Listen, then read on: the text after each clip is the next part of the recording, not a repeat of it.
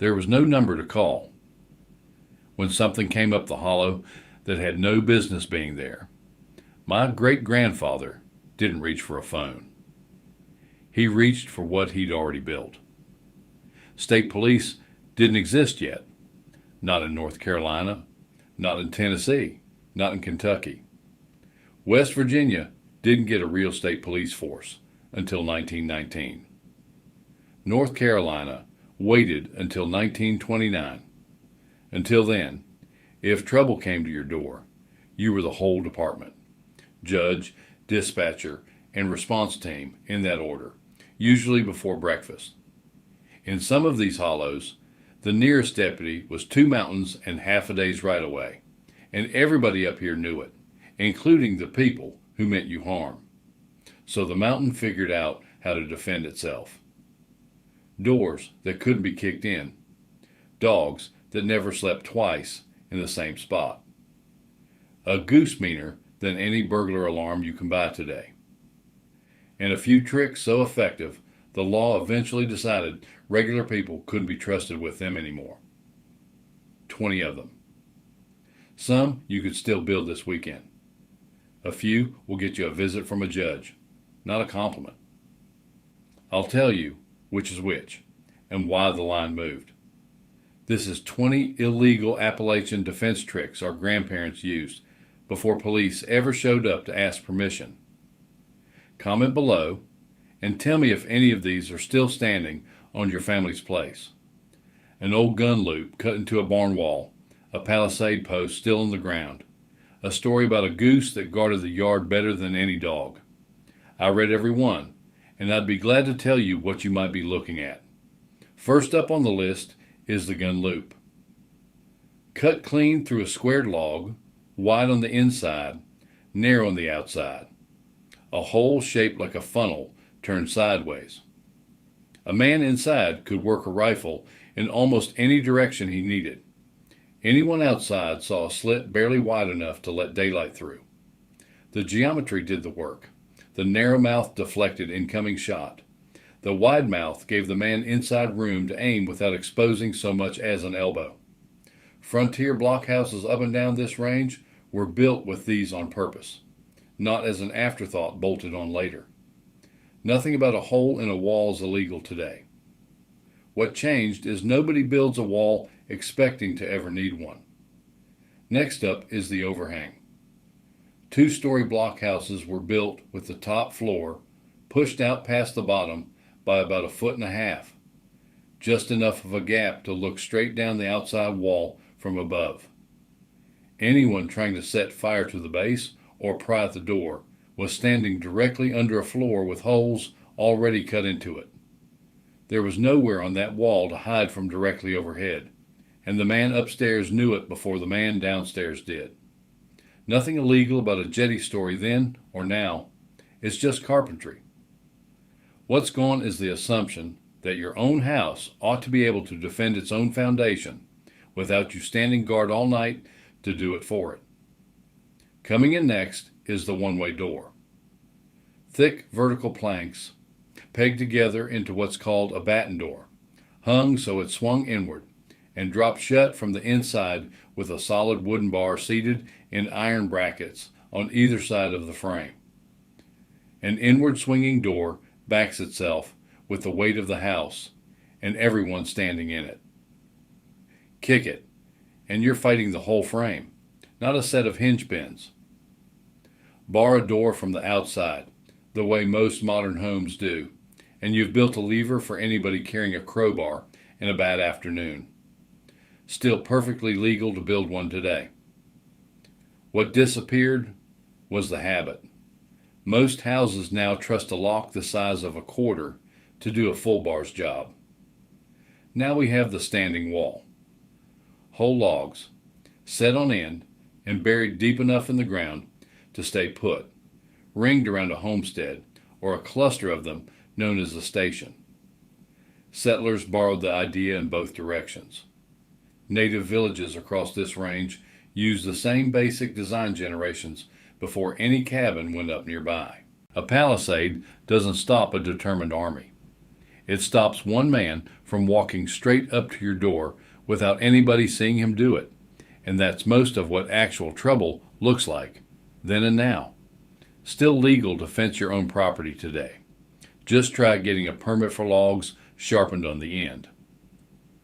And it's worth saying plainly, this wasn't a one-way theft of an idea. Settlers and native builders both arrived at the same wall independently, because a sharpened log ringed around a home solves the same problem no matter who's standing behind it. That brings us to the window that isn't. Frontier cabins went up with few openings, set high, small enough that a grown man couldn't climb through one even after he'd broken it. What glass there was existed so a defender could see out, not so anyone passing by could see or reach in. Modern houses do exactly the opposite, floor-to-ceiling glass facing the street, because it photographs well for a real estate listing. Nothing illegal about small windows.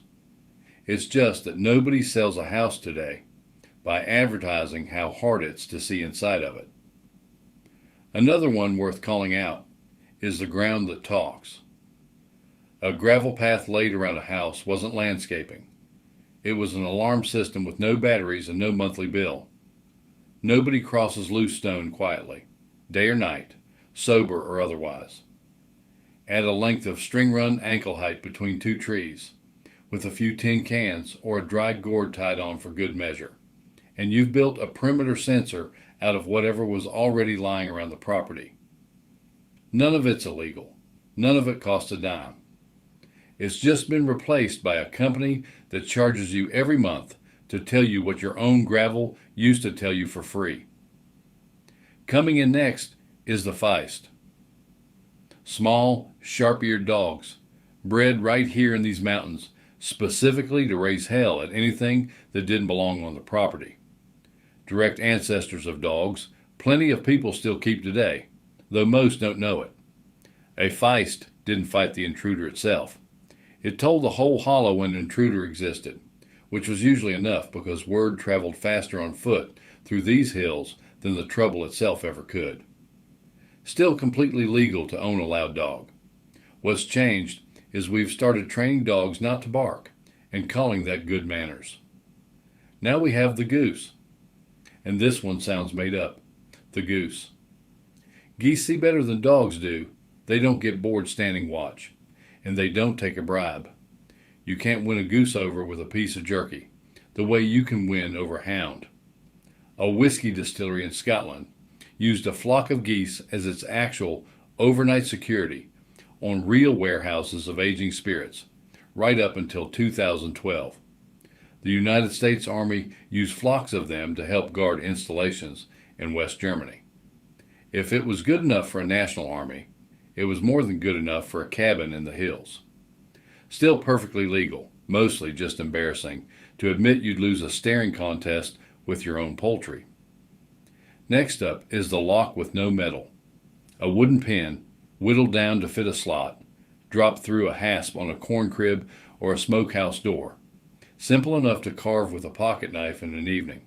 Strong enough that it did its job for 100 years without rusting shut. These show up documented in the old Foxfire collections, recorded straight from the mouths of people who'd actually used them growing up. Perfectly legal to make one today. Just try finding the knife skills before you go looking for the hardware store. That brings us to the store nobody could see. A root cellar dug low into the earth, or a spring house built right over running water, kept food cold and kept it out of sight at the same time. No light reaching the surface, no smell to give it away. Sometimes no obvious door at all if you'd built it right the first time. In a hard year, what a stranger couldn't find, a stranger couldn't take from you. Still legal to dig a hole in your own yard. What's mostly gone is the reason most families ever needed one badly enough to bother, and the patience to build one that actually held its temperature through a whole winter without a compressor doing the work for you. Coming in next is the boy on the ridge.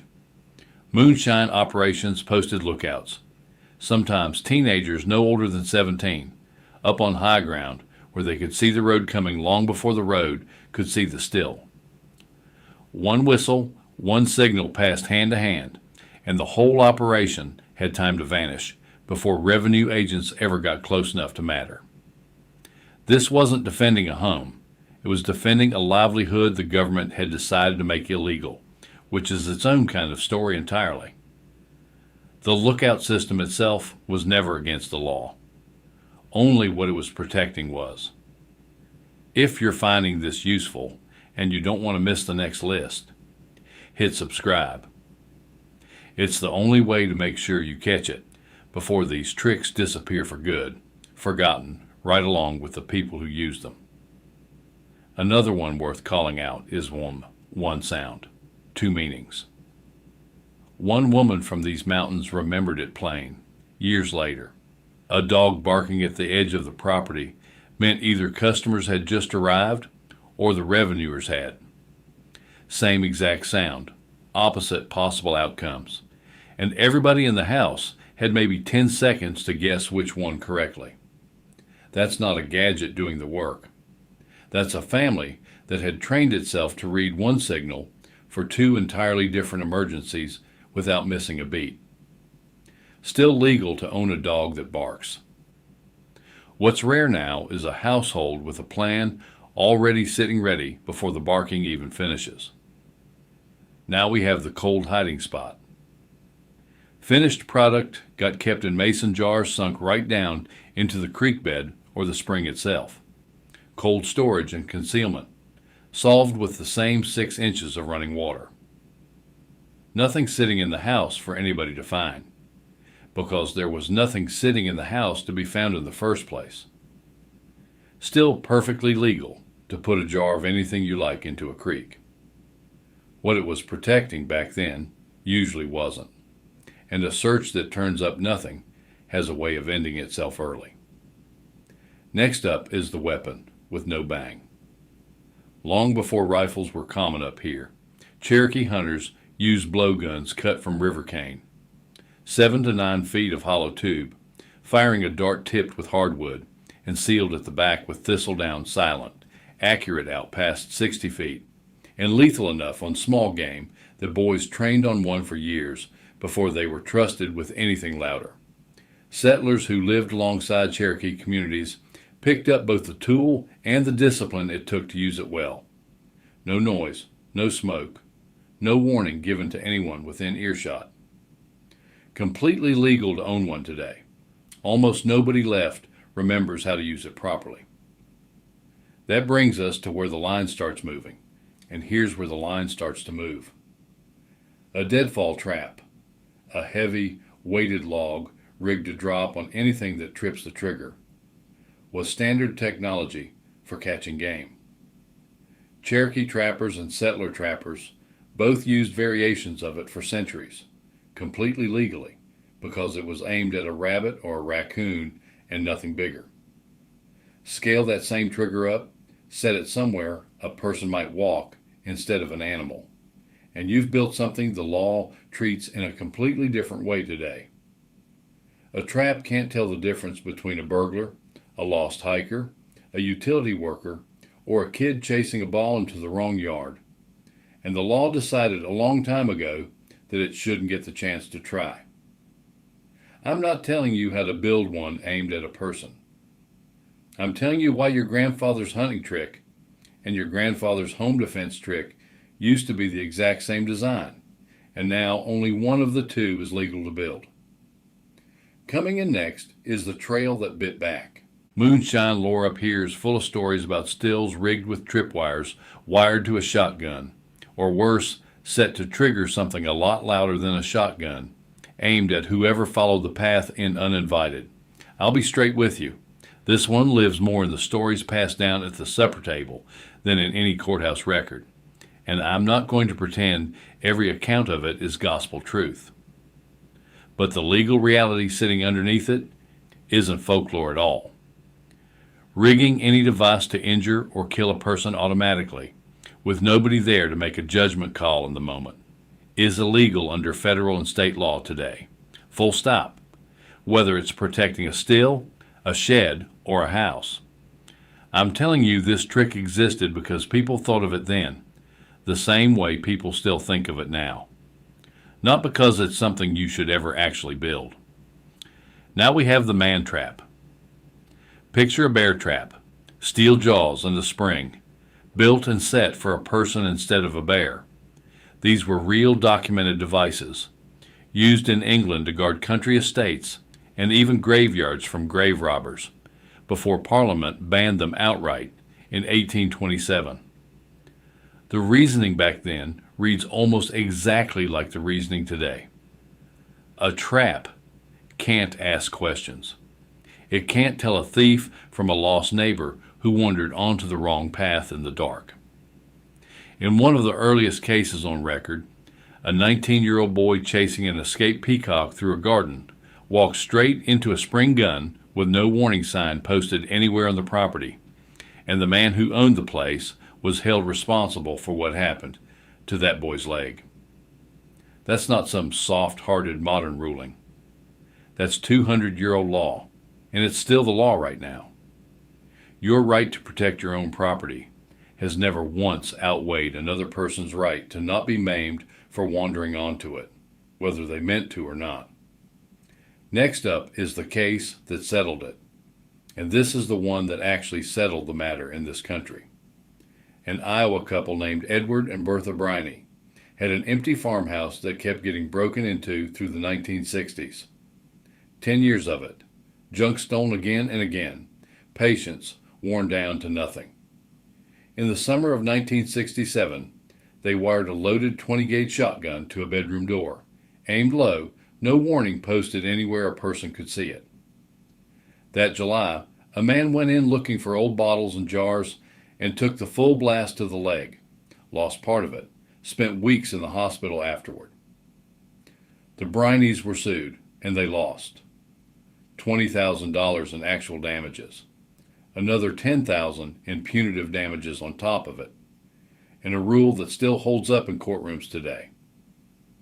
The law has always placed a higher value on human safety than on mere rights of property. Every spring gun your great-grandfather might have rigged, however clever the wiring, is illegal to set today for exactly that reason. Not because the trick stopped working, but because the law finally decided, once and for all, who it was willing to let it hurt. That brings us to the household. This one isn't a gadget at all. It's a household. On New Year's night, 1888, armed men rode down on a cabin belonging to a family named McCoy, burned it, and killed 2 of the children inside before the sun ever came up. One single night that tells you exactly what a family was actually up against out here, with no sheriff close enough to matter in time. Families like the McCoys and the Hatfields didn't just build strong doors. They kept kin close, armed, and awake in shifts, because the real defense was never one clever trick sitting in the corner. It was enough hands under one roof that trouble had to think twice before it ever started something. That habit came over the water with the first settlers on these ridges, out of a border country where loyalty ran to your own blood first and to any distant authority a long way second, and up here with no distant authority worth mentioning anyway. That old instinct just kept right on working. None of that was ever illegal, not for a single day. It's just that most households today don't have enough people left under one roof to even try it. And finally, we have the hollow itself. And it's the one that made every other trick on this list actually work. The hollow itself was the alarm system. Your nearest neighbor might have lived a mile off, but a shot fired at the wrong hour, a dog barking too long after dark, smoke rising where smoke had no business rising. Somebody heard it, and somebody came, on foot, in the dark, because that's simply what you did for each other out here. No badge required it of anybody. No dispatcher coordinated a single bit of it.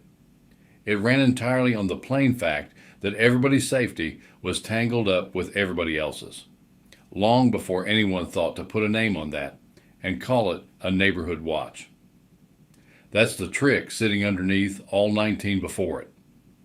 The doors, the dogs, the geese, the traps that got outlawed, and the ones that never needed to be. None of them ever worked because they were clever. They worked because somebody, somewhere close by, was paying attention. Still completely legal today, just a whole lot rarer. There was no number to call, so the mountain became its own.